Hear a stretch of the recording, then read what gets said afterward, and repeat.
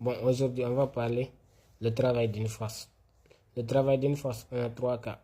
Donc, premier cas, la force F est le même sens que le déplacement. Donc, le mobile se déplace de A vers B.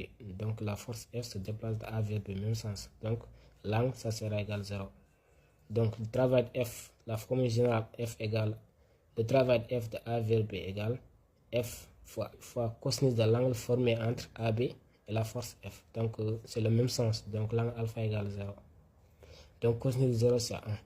Donc, travail de A vers B de F égale F fois la distance AB. Donc, travail de F, c'est en joules.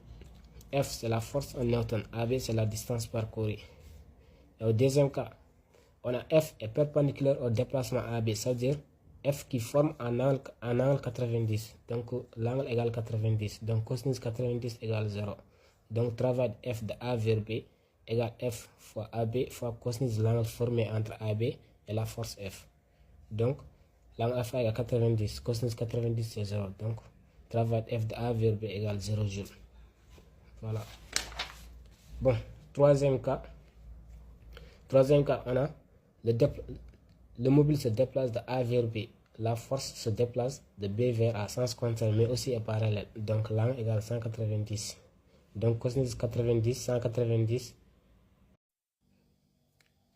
Bon, aujourd'hui, je vais vous résumer le champ magnétique. Donc, ici, considérons ici un champ magnétique qui est ici. Donc, ça se charge. Donc, la vitesse marche comme ça. Là, c'est champ B. Donc, la force vectorielle égale qui V NB. Donc, N, c'est produit vectoriel. Bon, pour déterminer les caractéristiques de la force magnétique, il y a quatre choses.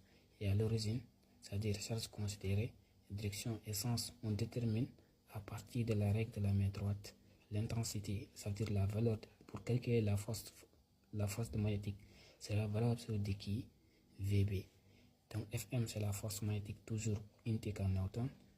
Donc, ça, c'est valeur absolue de la charge, c'est-à-dire peut être proton, peut être encore électron, toujours unité c'est en coulomb.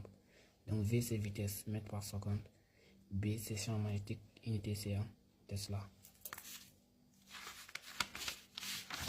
Et encore, pour déterminer le sens de qui V, donc règle de la main droite, RMD. Donc, sens de qui V, si qui est supérieur à 0, ça veut dire même sens de V est parallèle aussi. Mais si qui est inférieur à 0, sens contraire de sens de V. Exemple. Donc, ici, on a un champ ici.